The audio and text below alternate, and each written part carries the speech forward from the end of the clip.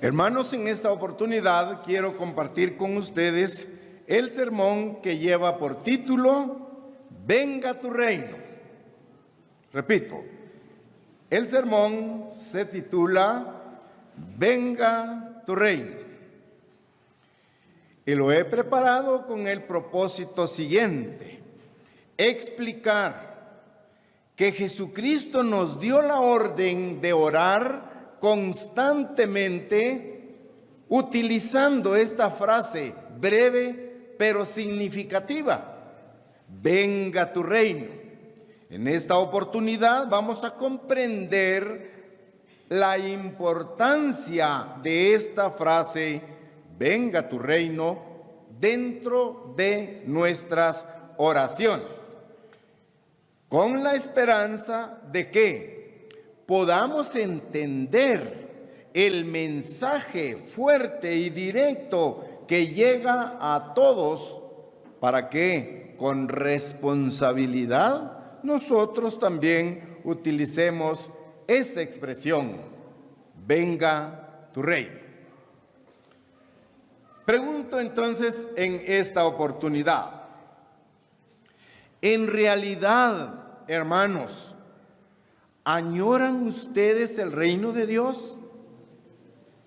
Una pregunta que va a la conciencia de cada uno de ustedes.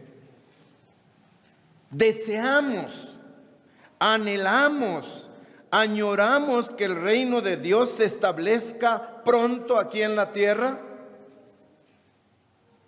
Esa pregunta necesita una respuesta y esa la tiene que ir dando cada uno de ustedes.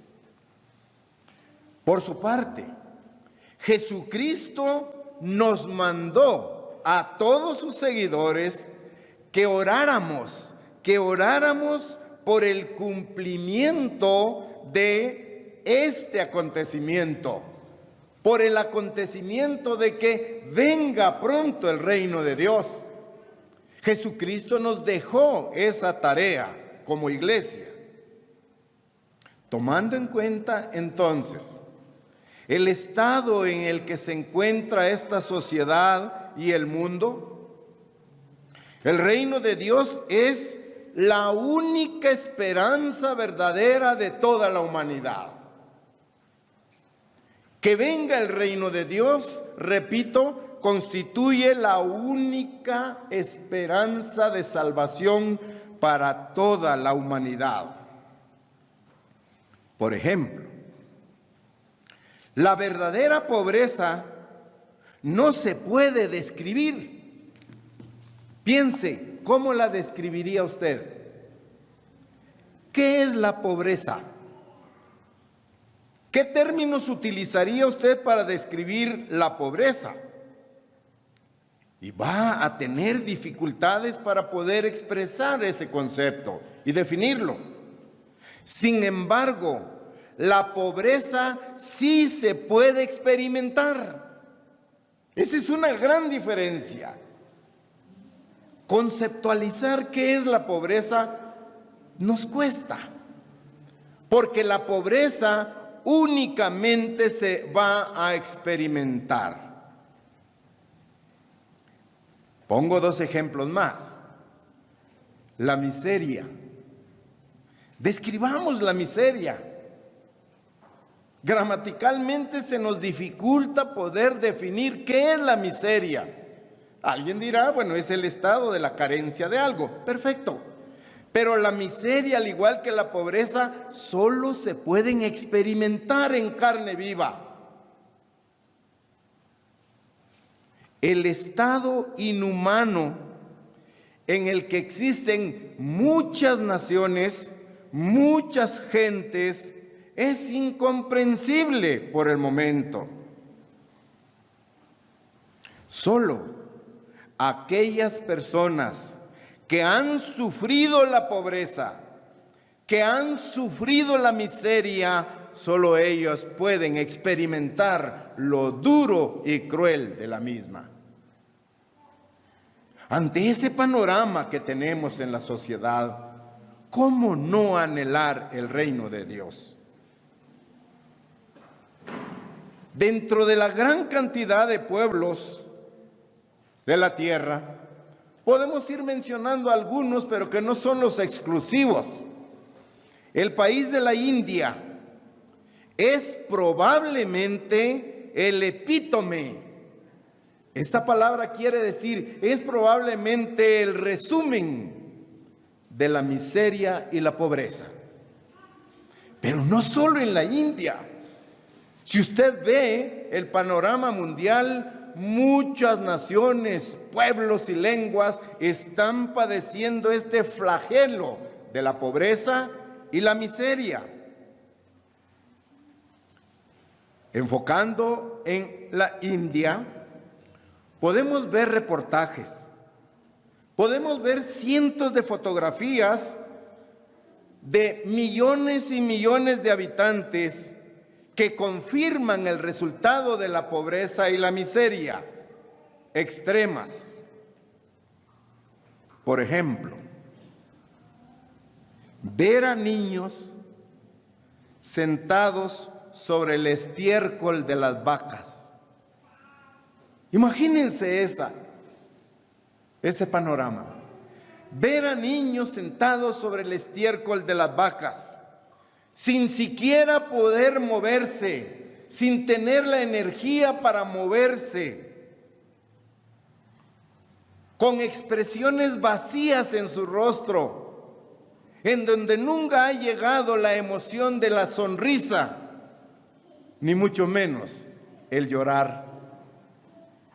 Cuadros como estos nos llenan de bastante, pero bastante conciencia para decir: Padre, venga tu reino, para pedir que el reino de Dios sea una realidad muy pronto en este mundo y en esta sociedad difícil en la que estamos viviendo. Niños que nunca han experimentado la alegría, niños que nunca han experimentado la felicidad, niños que nunca han llenado su estómago con un tiempo suficiente de alimento. Esa es la cruda realidad en la que nos desenvolvemos. La alegría, la felicidad, para estos niños parece algo ajeno a la experiencia que están viviendo. Sigo enfocando un poco en el país de la India, en donde muchos bebés han sido mutilados intencionalmente por sus padres para hacer de ellos mendigos eficaces. Imagínense esa situación. Mutilados intencionalmente para ser, repito, mendigos eficaces.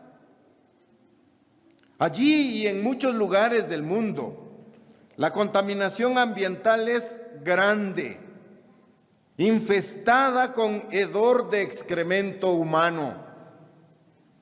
La alegría y la felicidad han huido del rostro de estos niños. Y digo, son millones de niños que viven esta cruda realidad.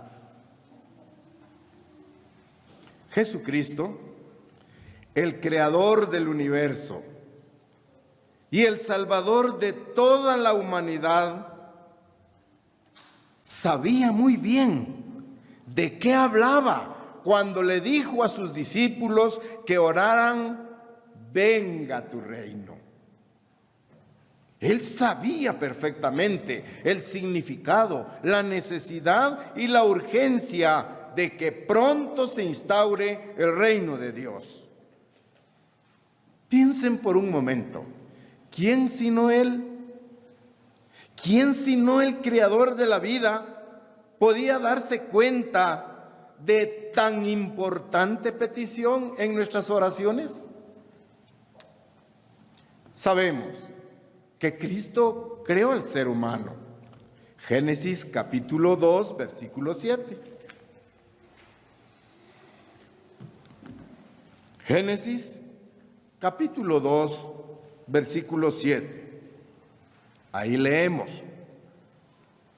E hizo Dios la expansión, estamos en Génesis, capítulo 2, versículo 7.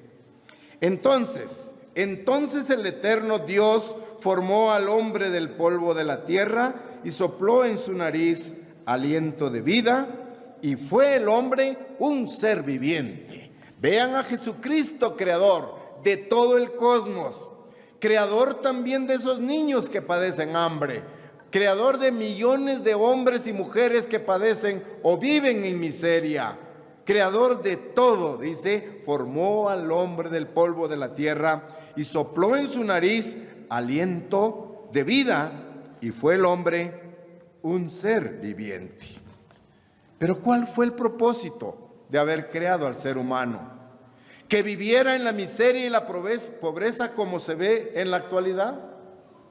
¿Que estuviera padeciendo de enfermedades? ¿Que estuviera padeciendo de dolencias, de violencia, de maltrato? ¿Era ese el propósito de Dios al crear al ser humano? Todo lo contrario.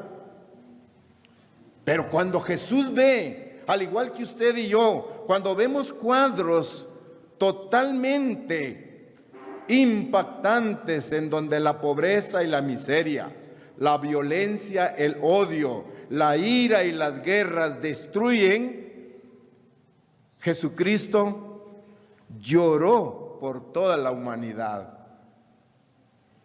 Jesucristo lloró por toda la humanidad. Confirmémoslo leyendo Juan capítulo 11, versículo 31. Evangelio de Juan, capítulo 11, versículo 35, vamos a leer.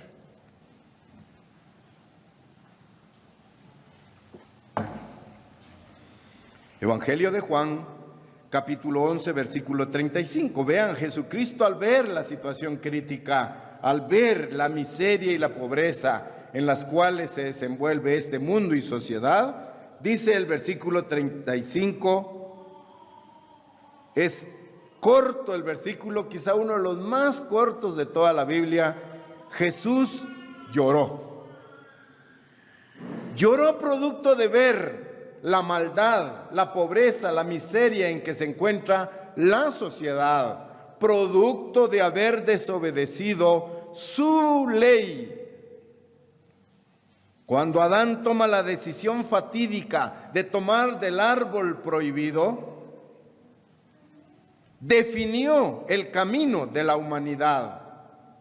Una sociedad apartada de Dios. Y lo que hoy vemos es el efecto de la rebeldía y el rechazo del hombre hacia los caminos de Dios.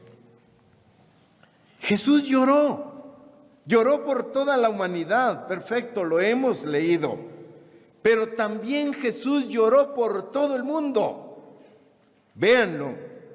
Ahora en Lucas capítulo 19, versículo 41. Lucas capítulo 19, versículo 41.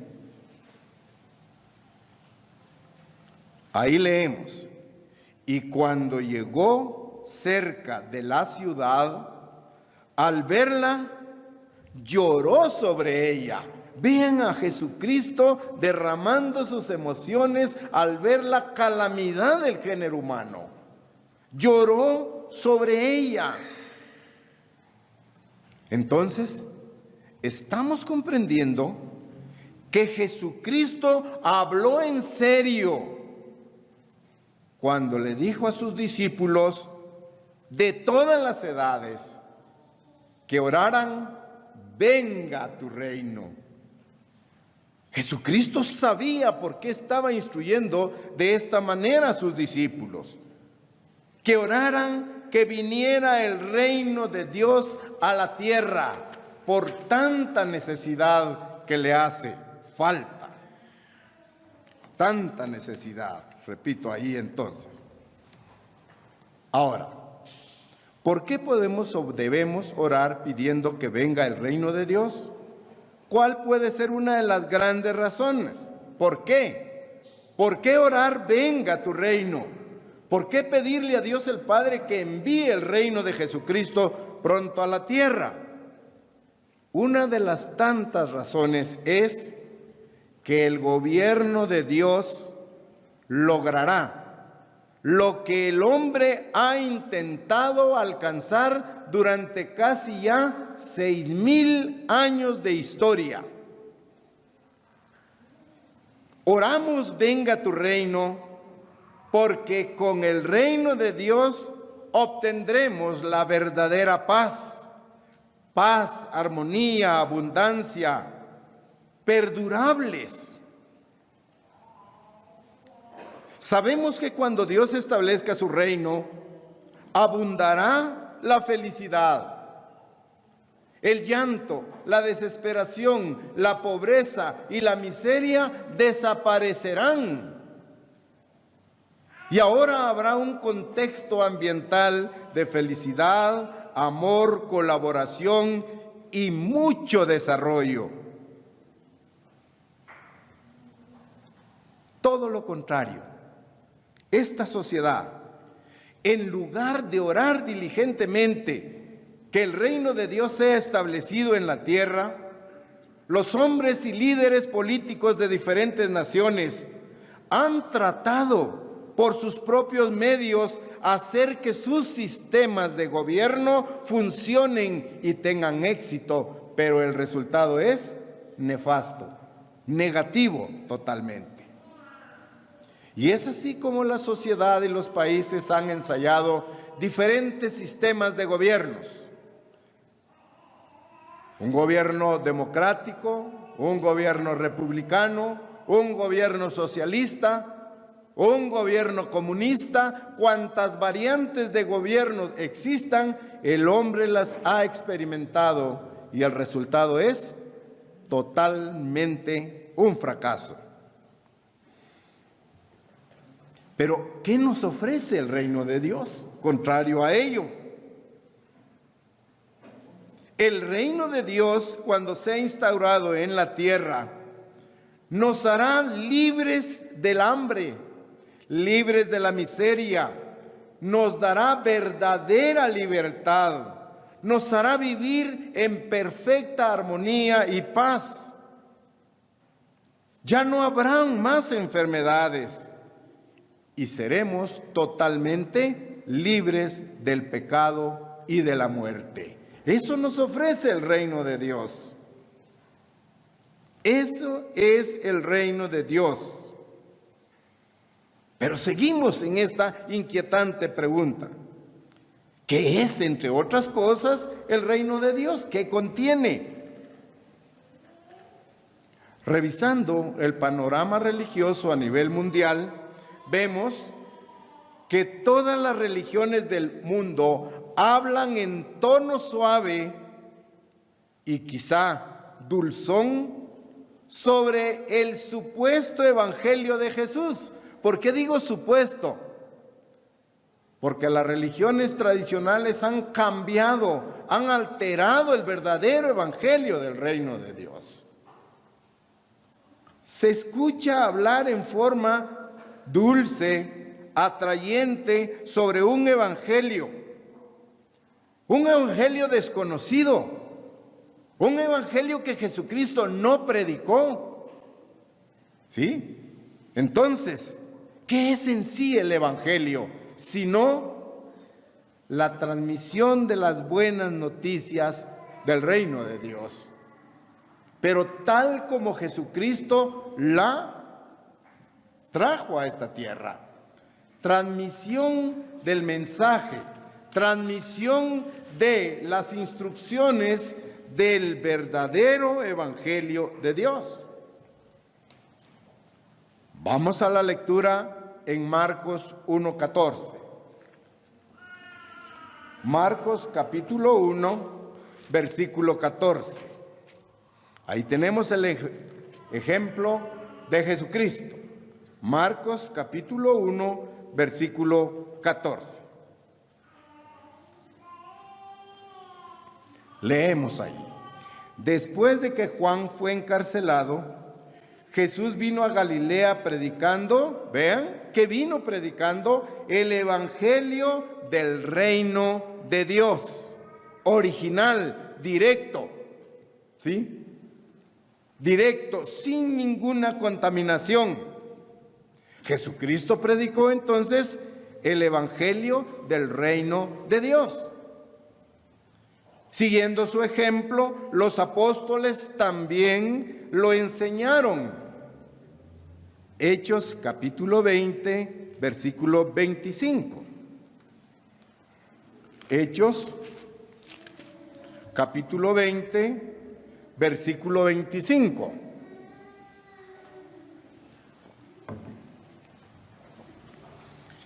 Dice el versículo 25: y ahora he aquí, yo sé que ninguno de todos vosotros, entre quienes he pasado predicando el reino de Dios, verá más mi rostro. Está escribiendo Pablo a la iglesia, pero enfatizo, predicando el evangelio del reino de Dios. Jesucristo lo predicó, los apóstoles siguieron su ejemplo y la iglesia en la actualidad continúa predicando el evangelio del reino de Dios sin modificaciones, sin adulteraciones. Ocasionalmente, esporádicamente, las numerosas denominaciones religiosas mencionan el reino de Dios, pero al escuchar el enfoque, ni Cristo ni los apóstoles podrían reconocer esos conceptos que enseñan las diferentes sectas religiosas sobre lo que es el reino de Dios. Por ejemplo, algunos dicen que el reino de Dios estará permanentemente situado en el cielo. Ese no es el evangelio que Jesucristo predicó. Otros grupos religiosos dicen que el reino de Dios va a ser instaurado en el corazón de las personas. ¿Tampoco lo predicó Jesucristo? ¿No lo predicó? ¿No podemos creer esas informaciones? ¿Cuándo entonces será una realidad el reino de Dios? Por medio de la fidelidad y el crecimiento espiritual de la iglesia o individualmente, nosotros haremos posible que Dios envíe pronto el reino de Dios. Pero recuerden que dije, de la fidelidad de cada uno de ustedes, de la fidelidad y entrega de la iglesia, entonces Dios escuchará nuestra petición, que venga su reino.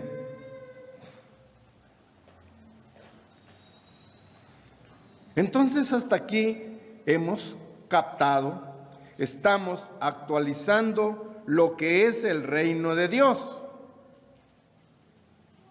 En pocas palabras, en palabras sencillas, podemos decir que el reino de Dios es el gobierno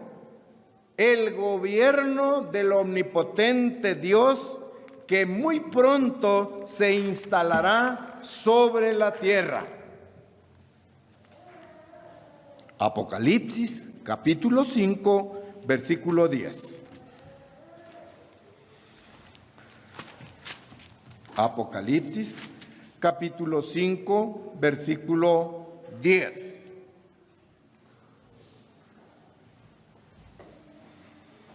¿Estamos ahí? En Apocalipsis, capítulo 5, versículo 10 leemos: y nos has hecho para nuestro Dios reyes y sacerdotes, y reinaremos sobre la tierra. Vean que el reino de Dios vendrá a la tierra, no será colocado en el corazón de las personas, no se va a quedar eternamente en el cielo, sino que descenderá a la tierra. Y nos has hecho para nuestro Dios reyes y sacerdotes, y reinaremos sobre la tierra. Es lo que usted está leyendo. En relación a ello, en Proverbios 10:30 podemos también leer lo siguiente.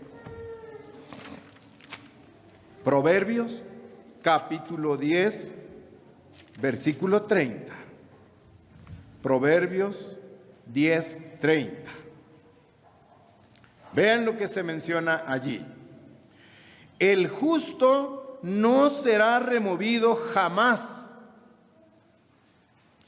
pero los impíos no habitarán la tierra. Vean en dónde funcionará el reino de Dios. ¿Sí? Confirmado, el reino de Dios vendrá a la tierra con la segunda venida de Jesucristo. Jesucristo será el rey de ese reino. ¿Sí? Será el rey. Apocalipsis capítulo 19.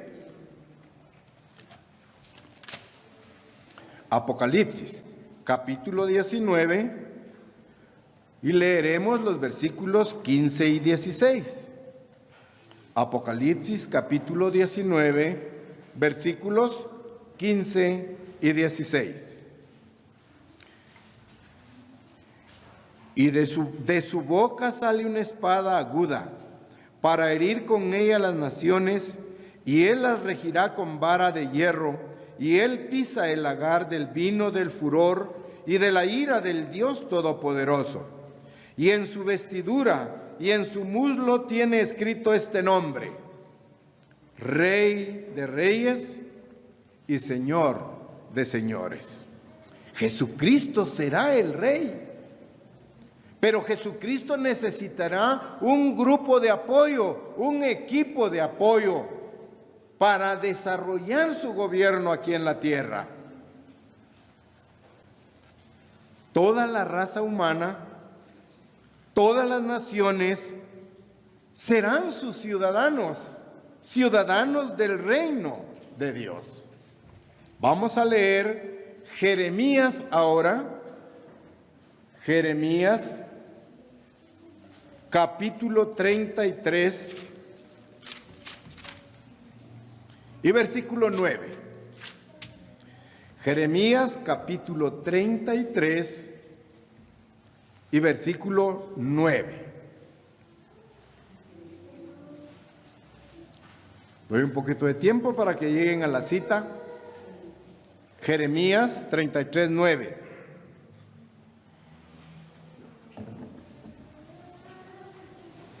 Ahora sí, leemos juntos. Y me será a mí por nombre de gozo. Todas las naciones, y me será a mí por nombre de gozo, de alabanza y de gloria entre todas las naciones de la tierra, que habrán oído todo el bien que yo les hago, y temerán y temblarán de todo el bien y de toda la paz que yo les haré. Solo Dios a través de Jesucristo puede darnos esta certeza dentro de su reino. Vean, me será por nombre de gozo, dice ahí, de alabanza, de gloria, entre todas las naciones que han oído el verdadero evangelio del reino. Y se dice al final, temerán y temblarán de todo el bien y de toda la paz que yo les haré. Vean qué nos garantiza el reino de Dios: bien y paz.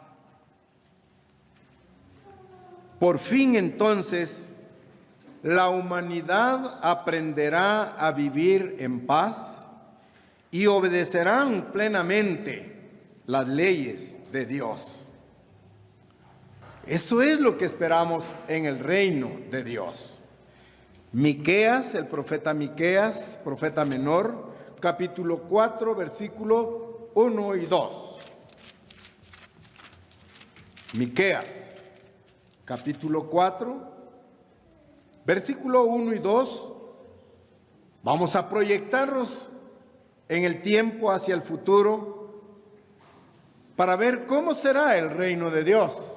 Estamos en este repaso, ¿sí?, ante la importancia de orar venga tu reino. Estamos comprendiendo qué es el reino de Dios, qué nos garantiza el reino de Dios. Miqueas 4:1 y 2.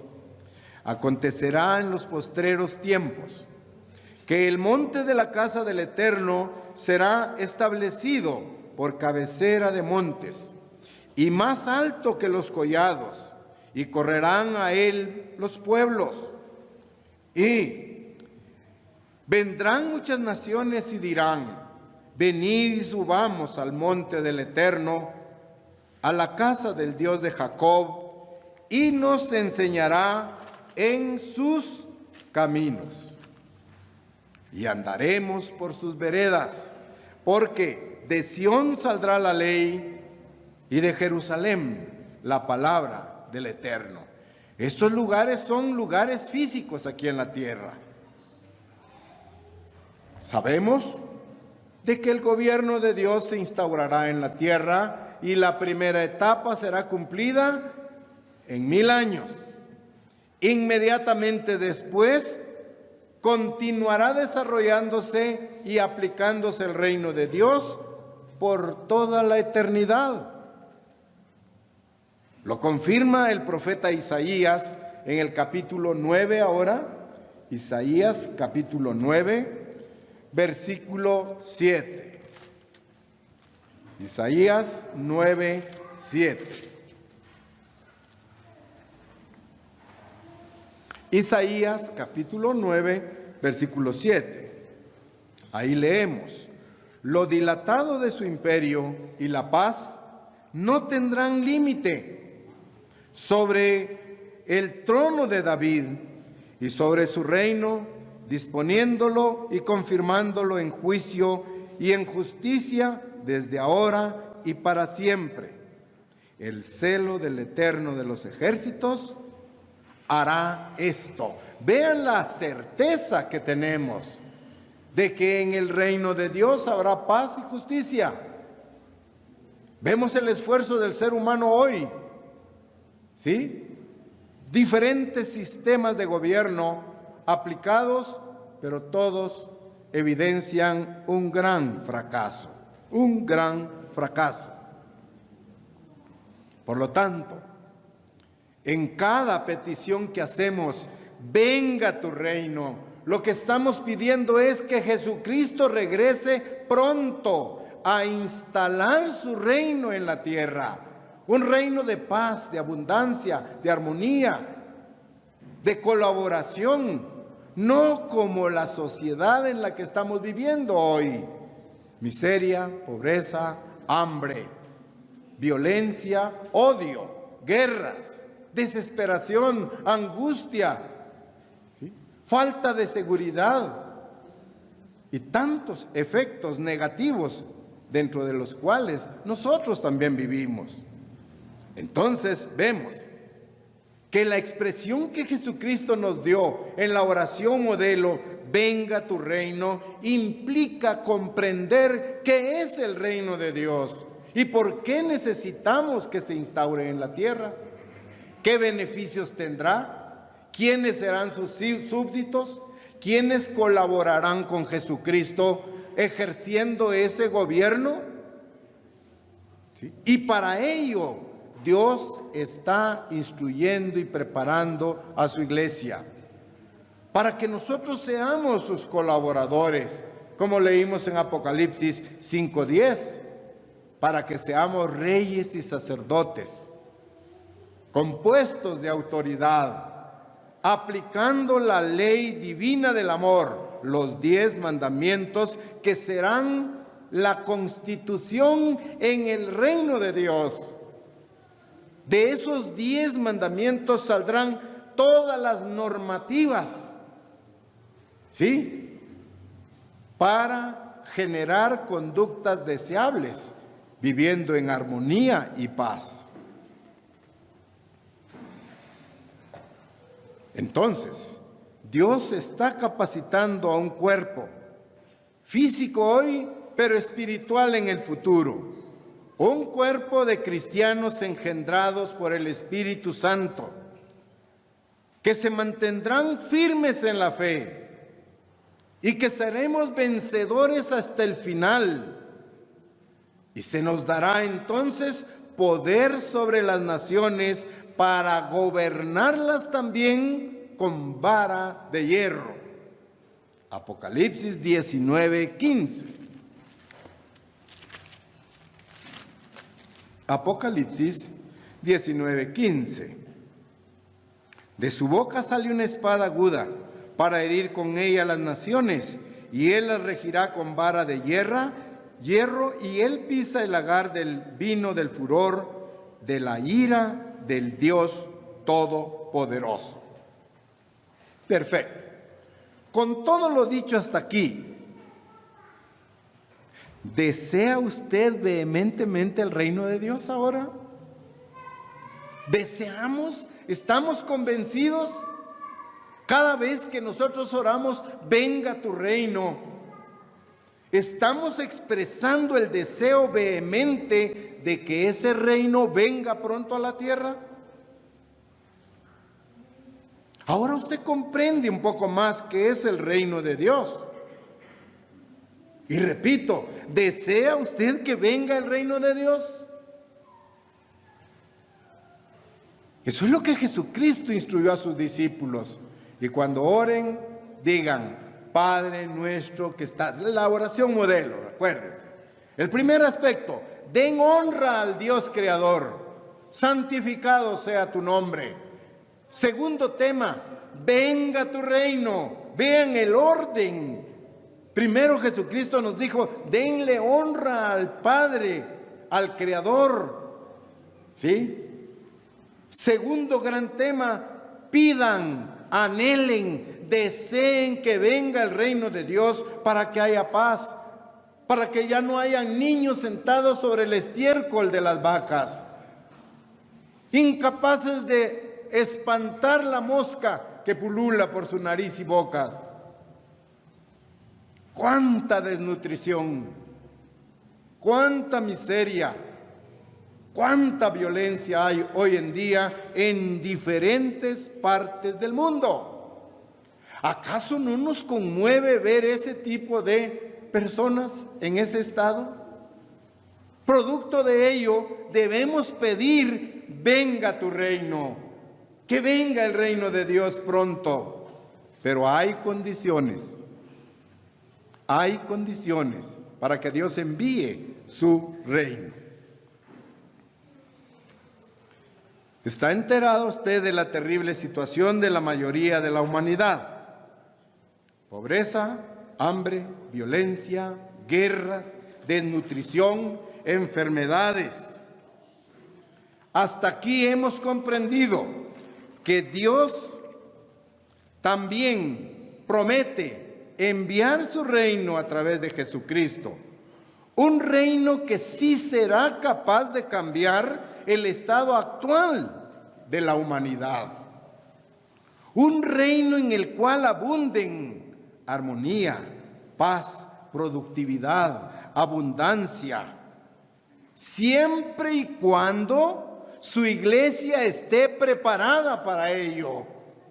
Es que no va a ser así de repente. Necesita haber antecedentes.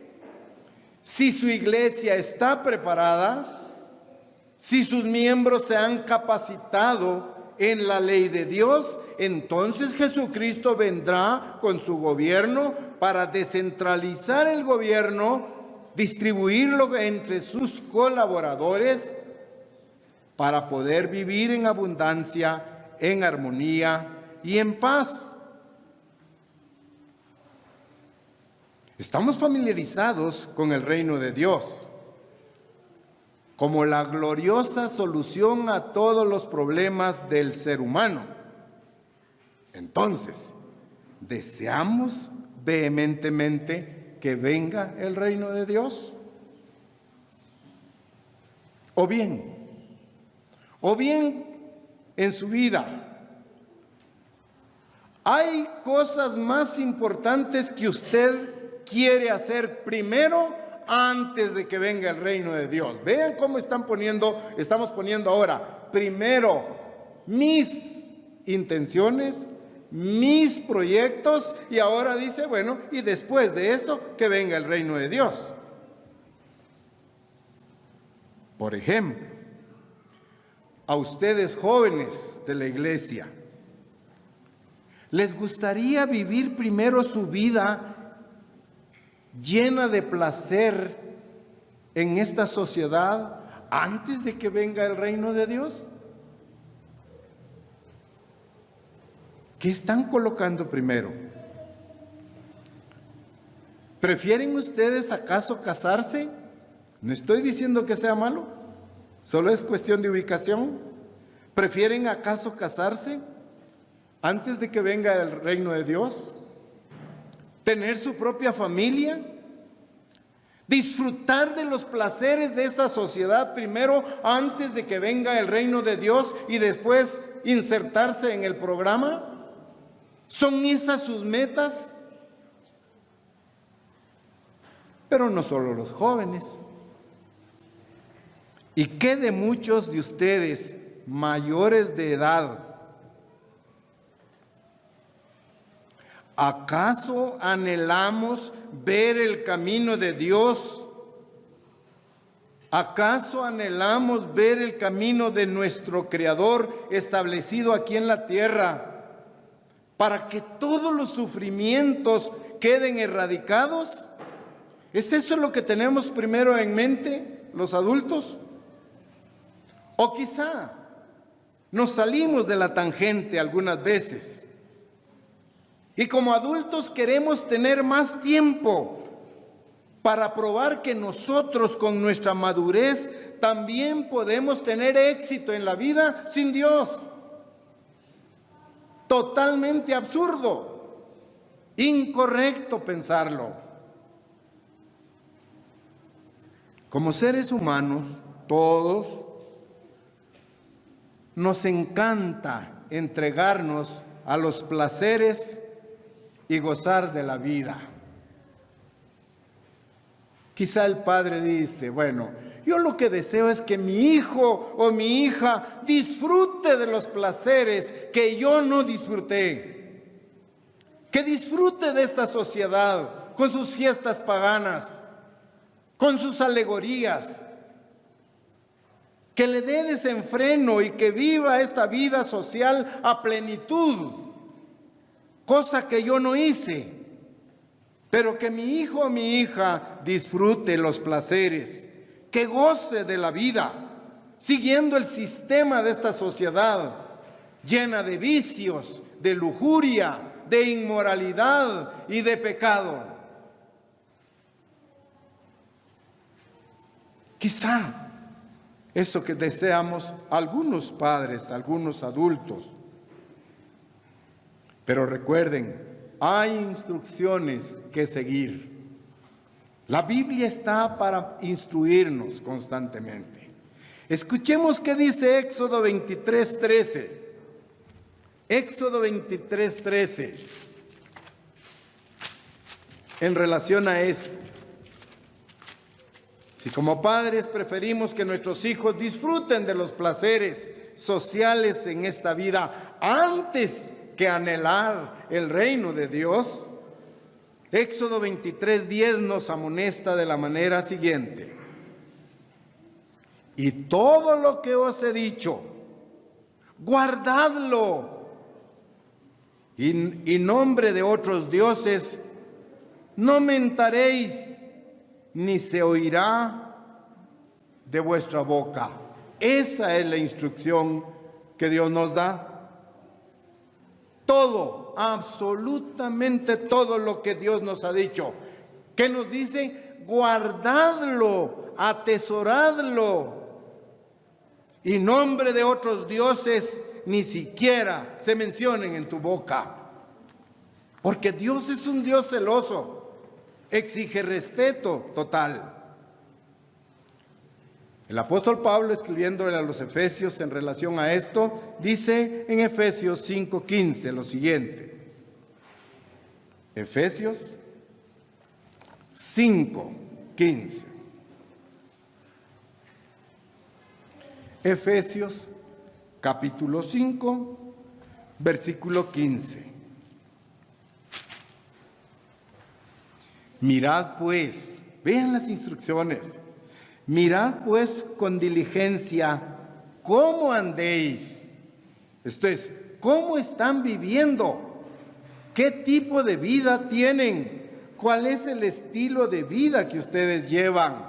Mirad pues con diligencia cómo andéis. La amonestación, el incentivo es: no andéis como necios, sino como sabios. La sabiduría proviene de la palabra de Dios, ¿sí? No de los libros seculares de científicos, psicólogos y filósofos. Mirad pues con diligencia. La palabra diligencia es presura, ¿sí? También es sinónimo de esfuerzo, entereza. Mirad pues con diligencia cómo andéis. Tenemos que tomarnos un tiempo suficiente como padres y miembros de la iglesia. ¿Cómo estoy en mi relación con Dios?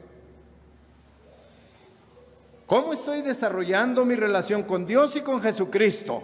¿Cómo andéis? Y se nos amonesta, no tenemos que andar como necios, sino como sabios.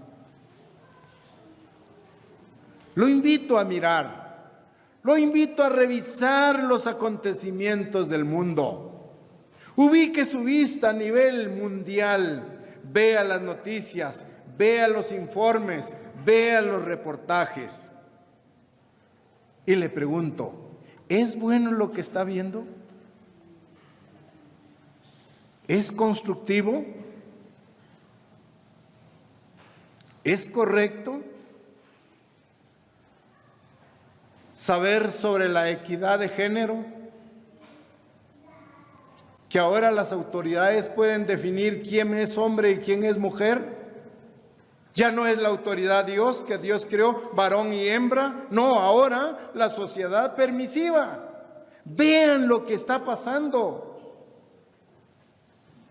Matrimonios entre personas del mismo sexo. Eso es anatema, es pecado delante de Dios. Pero la sociedad está allí. Impacta con la expresión, es que están saliendo del armario, están definiendo su género, están definiendo sus ideales, sus deseos, sus gustos, sus placeres. Vean lo que está sucediendo alrededor, en el mundo entero. ¿Será correcto? La respuesta lógica es: no es correcto. Entonces, si lo que vemos es incorrecto, pregunto, ¿por qué razón hay muchas personas que quieren aferrarse al sistema social en que vivimos? ¿Por qué hay muchos jóvenes, hombres, mujeres y niños que quieren imitar los sistemas en los cuales vivimos? Ser parte de la sociedad, participar con la sociedad en sus fiestas paganas, en su maldad, en su violencia, en su degeneración moral. ¿Por qué algunos de nosotros queremos aferrarnos a ese sistema? Los verdaderos cristianos no debemos amar los caminos del mundo, porque el que se hace amigo del mundo se constituye en enemigo de Dios. Si usted ama el mundo, desprecia a Dios. No hay otra alternativa, no hay puntos medios. Si participamos del mundo en sus festividades, somos del mundo. Y no podemos negarlo. ¿Por qué querer apantallar? ¿Sí? No, tenemos que definir. El verdadero cristiano debe amar los caminos de Dios, detestar los caminos del mundo, rechazarlos con energía, sacarlos de nuestra mente, de nuestra conducta, de nuestros pensamientos. y adherirnos a los caminos de Dios, que son paz, justicia, amor y verdad. ¿Acaso no así vivió Jesucristo? Cuando Él vivió en la tierra, Él vivió un sistema diferente al sistema social de su época. Y los fariseos y los saduceos decían, pero miren, se junta con prostitutas. Sus discípulos no se lavan las manos, los requisitos que el judaísmo había impuesto en ese tiempo. Pero Jesús rompió con ese paradigma. Como nosotros como cristianos tenemos que romper con este sistema social en el que nos encontramos. Tenemos que ser diferentes. Cuando se toma esa actitud, entonces llegamos a ser parte de un grupo de personas que estamos deseando vehementemente el regreso de Cristo y el establecimiento de su reino aquí en la tierra. Por eso oramos, venga tu reino. Esa es la verdadera importancia de esta frase. Jesucristo, nuestro hermano mayor en la familia de Dios, nos amonesta a que oremos, venga tu reino, venga tu reino. ¿Acaso Jesucristo nos pide que balbuceemos? ¿Acaso Jesucristo nos pide que repitamos en una forma santurrona sin entender el significado? Venga tu reino, venga tu reino, venga tu reino. Y usted viviendo como se le antoja en la sociedad. Eso no es congruente. Usted está pidiendo que venga el reino porque su vida es santa, apartada, diferente, y ahora sí que venga el reino de Dios. Yo estoy preparado, la iglesia está preparada. Acuérdense que estamos siendo formados como una novia, la novia de Jesucristo, que nos vamos a casar espiritualmente con Él. ¿Pero de qué manera? Tenemos que estar de acuerdo, en mente con Jesucristo. La misma sintonía espiritual. Como Jesús piensa, su iglesia debe pensar. Como Jesús vive, su iglesia debe vivir. Y entonces sí podemos decir, venga tu reino, porque tu iglesia está preparada. Estamos en la condición ad hoc, correcta. Venga tu reino. Dios, a través de Jesucristo, entonces nos instruye a que anhelemos ese reino, pero sabiendo el correcto significado de lo que implica. Venga tu reino. Parafraseémosla, utilicemos palabras sencillas. ¿Qué quiere decir en el lenguaje coloquial o sencillo, venga tu reino? ¿Qué tenemos que entender? Entre otras cosas, cuando usted dice, venga tu reino, en su oración está diciendo, yo fervientemente deseo con todo mi corazón que Jesucristo vuelva a la tierra para establecer su gobierno. Yo estaré apoyándolo en su gobierno. Eso es lo que usted pide cada vez que se hinca, cada vez que ora pidiendo que venga el reino de Dios. Usted está expresando, yo estoy en la condición de colaborar con Jesucristo en su gobierno, que venga Jesucristo a establecer un gobierno de paz, de justicia y de armonía. Y yo colaboraré con Él. Pero eso requiere de una preparación espiritual. Ezequiel, el profeta, nos da una amonestación. Ezequiel capítulo 9, versículo 4.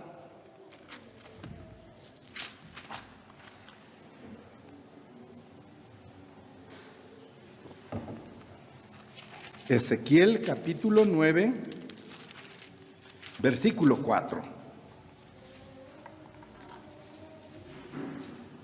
Ezequiel capítulo 9, versículo 4. Ahí leemos. Y le dijo el Eterno: pasa por en medio de la ciudad, por en medio de Jerusalén, y ponles una señal en la frente a los hombres que gimen y que claman a causa de todas las abominaciones que se hacen en medio de ella. Vean qué tipo de cristiano tenemos que ser. Si estamos en perfecta obediencia a Dios, entonces vamos a tener una señal en la frente, frente como símbolo de conocimiento, de mente. Esa señal es en la frente de los hombres que gimen, que se lamentan, ¿ya?, de los acontecimientos que están dándose a su alrededor, y claman a causa de todas las abominaciones que se hacen en medio de ella. Para Dios es abominación ver cómo esta sociedad hoy celebra Navidad. Es abominación, es incorrecto, no está dentro de los códigos de Él. Ver cuánta vehemencia, cuánto esfuerzo, cuánto gasto, cuántas deudas en las que incurren las personas por celebrar Navidad. Con pompas, con bombas, con luces, con cohetes, adorando dioses paganos. De eso somos diferentes. Hombres que gimen y que claman a causa de todas las abominaciones que se hacen en medio de esta sociedad.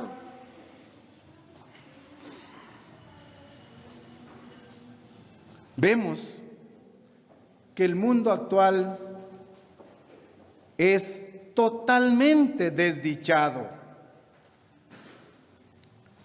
Sus habitantes se encuentran en un estado miserable y afligido, y debemos preocuparnos por ello. Cada vez que nosotros veamos ese panorama de miseria, de aflicción que está en el mundo entero, tenemos que preocuparnos. ¿Qué podemos hacer por ellos? ¿Qué podemos hacer por ellos? Tenemos que suplicar, tenemos que implorarle a Dios que intervenga pronto en los asuntos mundiales y que corrija a esta humanidad desenfrenada, violenta y rebelde. Ahora bien, ¿acaso escuchará el gran Dios de los cielos, el gran Dios creador de los cielos y de la tierra, escuchará las insignificantes oraciones de su pueblo? ¿Qué creen ustedes? ¿Las va a escuchar? ¿Tendrá el tiempo para poner atención a nuestras súplicas para que Dios intervenga pronto en la solución de estos problemas? El apóstol Santiago fue inspirado a escribir en su epístola Santiago 5:16. Veamos qué dice ahí. Santiago, capítulo 5, versículo 16. ¿Escuchará el gran Dios Todopoderoso las súplicas de su pueblo? Santiago 5:16 responde de la manera siguiente: confesaos vuestras ofensas unos a otros y orad unos por otros para que seáis sanados. Vean la importancia de la oración por sanidad. La oración eficaz del justo Lean allí.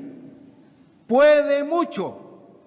Entonces, ¿escuchará Dios nuestra petición de que venga pronto el reino de Dios para resolver toda la problemática de la sociedad? Claro que sí. Lo último que leímos, la oración eficaz del justo puede mucho, no un poquito, mucho. Piensa en cantidad, mucho. A futuro sucederá lo escrito en Apocalipsis 8:3. Apocalipsis 8:3 y 4. Leamos Apocalipsis 8:3 y 4.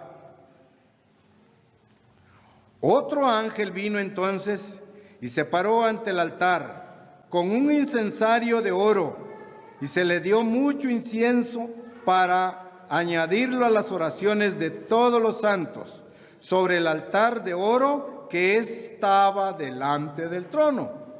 Versículo 4.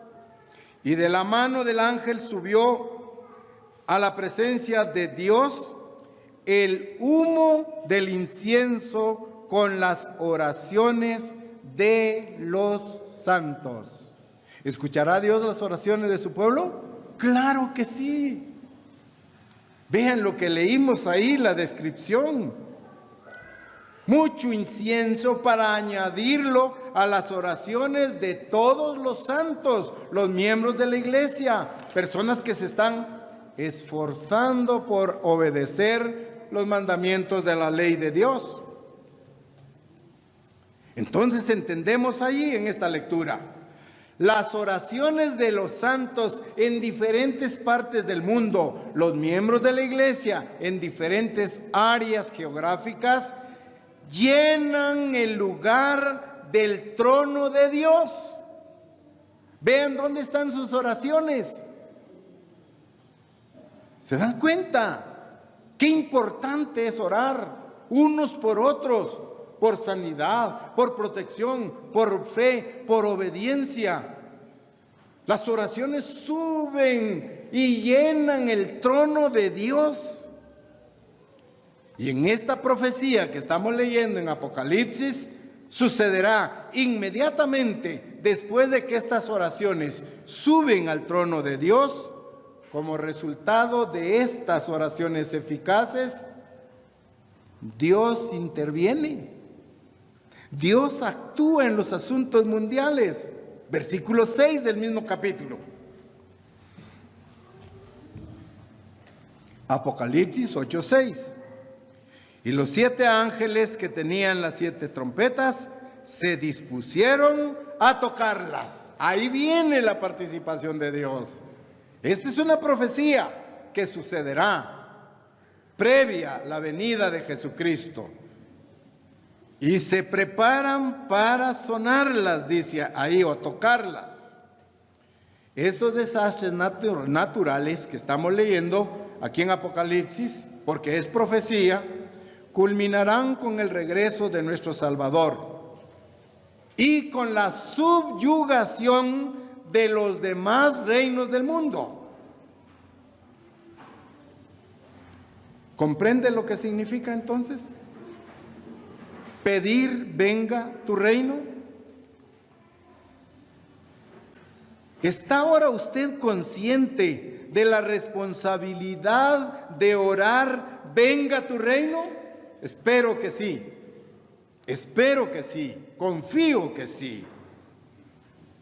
Usted ahora entiende la importancia de su responsabilidad ante Dios de orar, venga tu reino. Es una realidad, no es fantasía. Por lo tanto, debemos estar verdaderamente interesados en la salvación de la humanidad. Nosotros también. Dios está viendo nuestras reacciones hoy.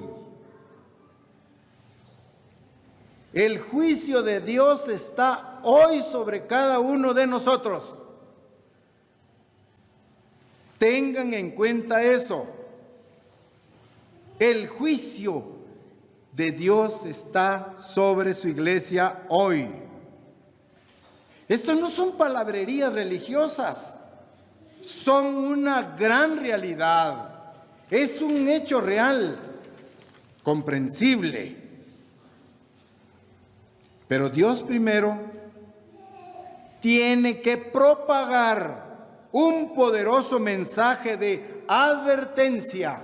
Antes que Jesucristo venga, el mundo tiene que estar siendo advertido de todo lo que sucederá. Antes de que Jesús venga.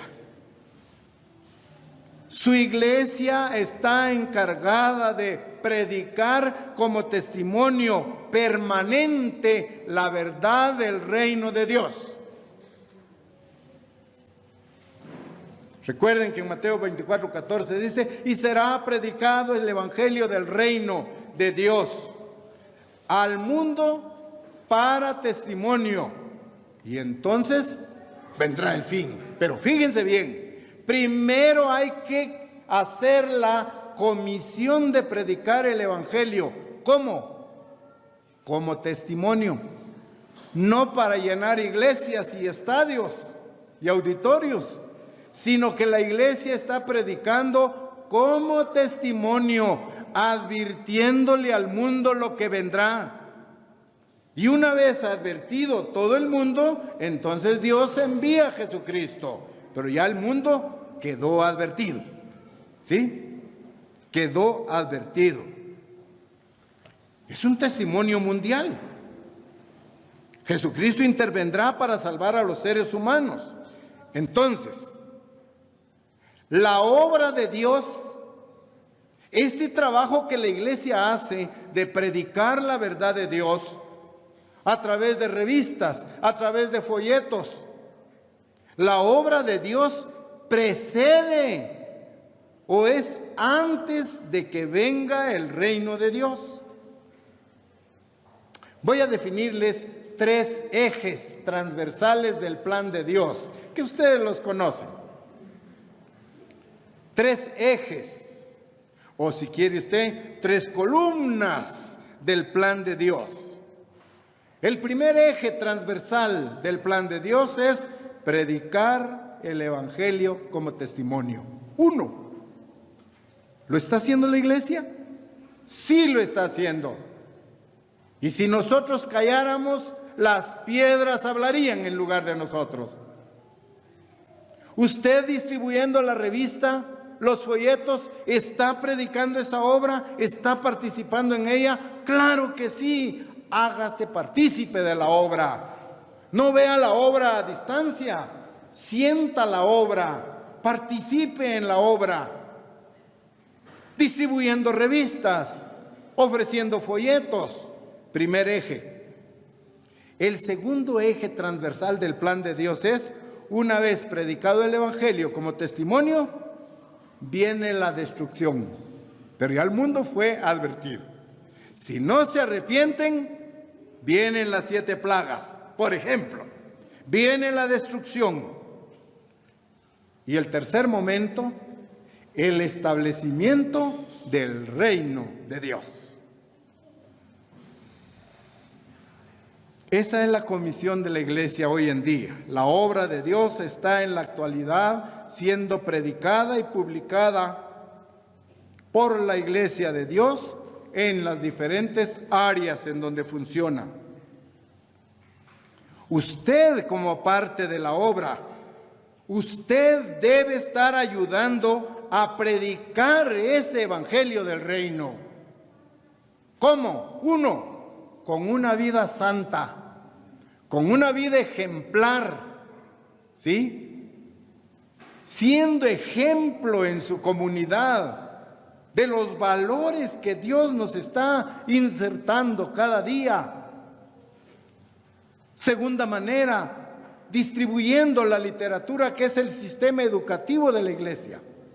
Estamos educando, informando al mundo a través de revistas, folletos, La gente puede pedir y descargar los folletos y se documenta. ¿Estamos cumpliendo la misión? Sí. Pero usted tiene que participar también. Después de esta tarea monumental que se realizará en la tierra y la iglesia se haya preparado para casarse con Jesucristo, entonces se hará una realidad lo que leeremos en Mateo 24:44.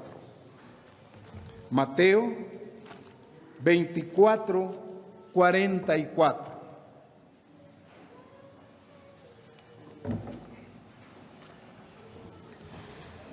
Repito, una vez cumplida la misión de la iglesia y que ustedes como miembros y como colectivo, como equipo, estemos preparados, entonces funcionará el mensaje de Mateo 24:44 que dice: Por tanto también vosotros, hablando a la iglesia, estad preparados,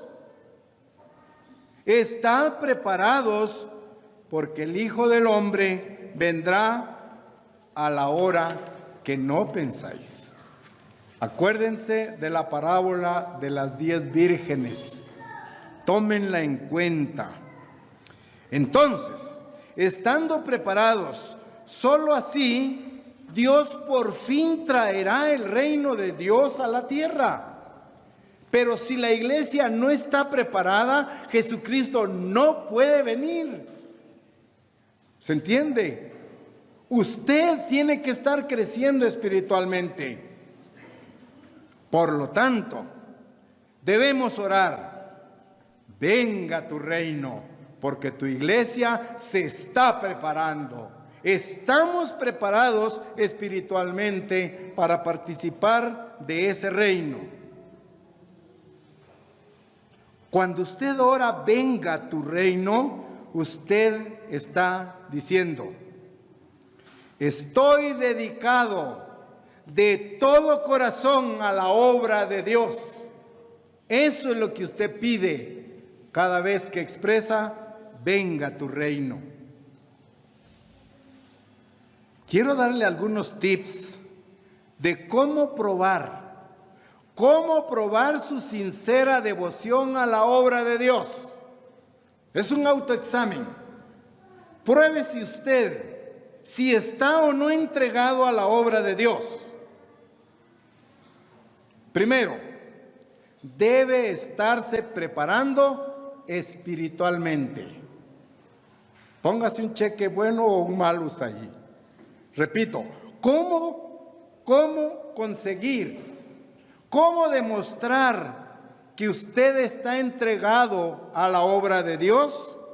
Número 1, debe de estar creciendo espiritualmente. Pero hermanos, seamos responsables. El crecimiento espiritual no depende del ministro.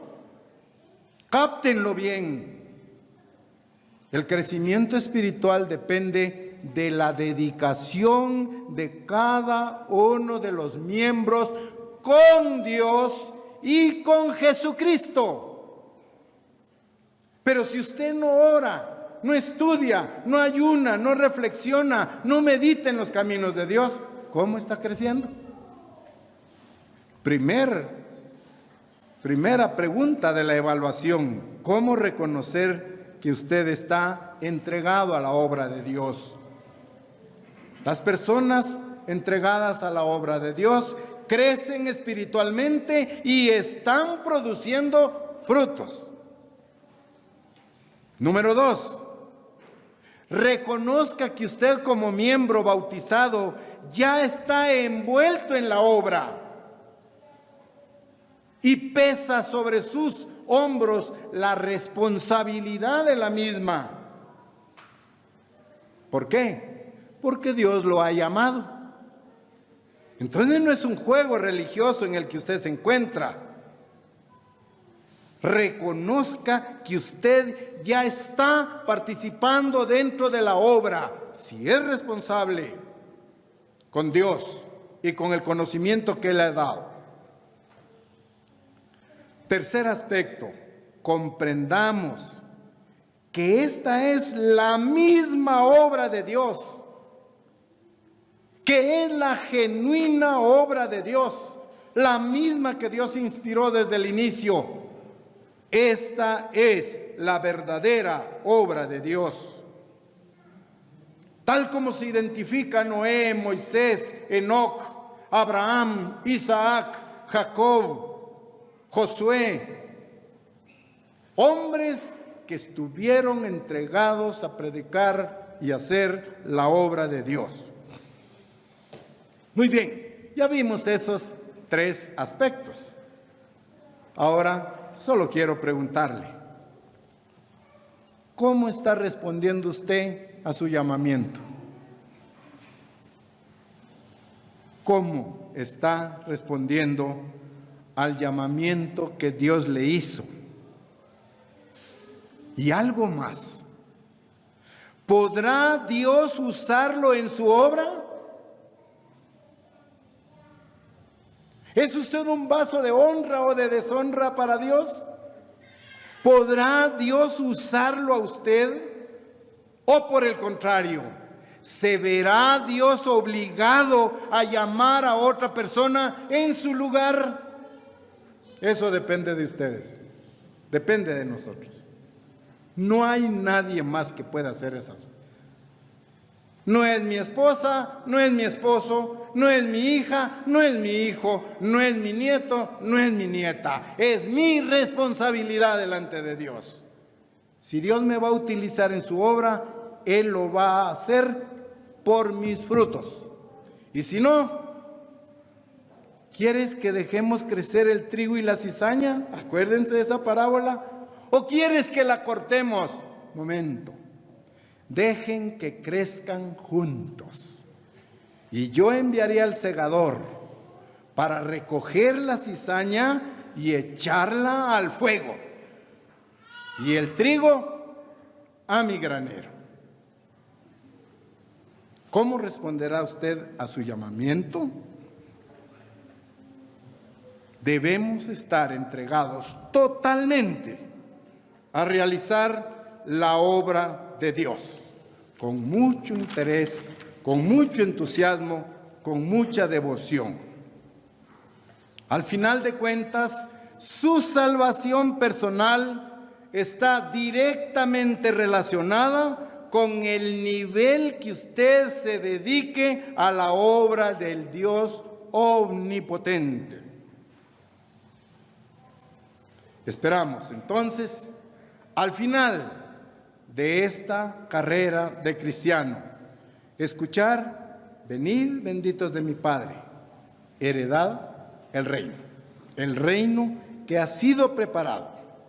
Y entonces, si todos hacemos el esfuerzo, se oirá una voz al final: tu reino ya vino. Ya no estaremos orando, venga tu reino, sino que ahora diremos: tu reino ya vino, tu reino ya está aquí. Ahora hay paz, prosperidad, esmero, obediencia a la ley santa de Dios. Entre tanto ese tiempo llega, hermanos, debemos continuar orando: venga tu reino. Que esa sea la voluntad de Dios.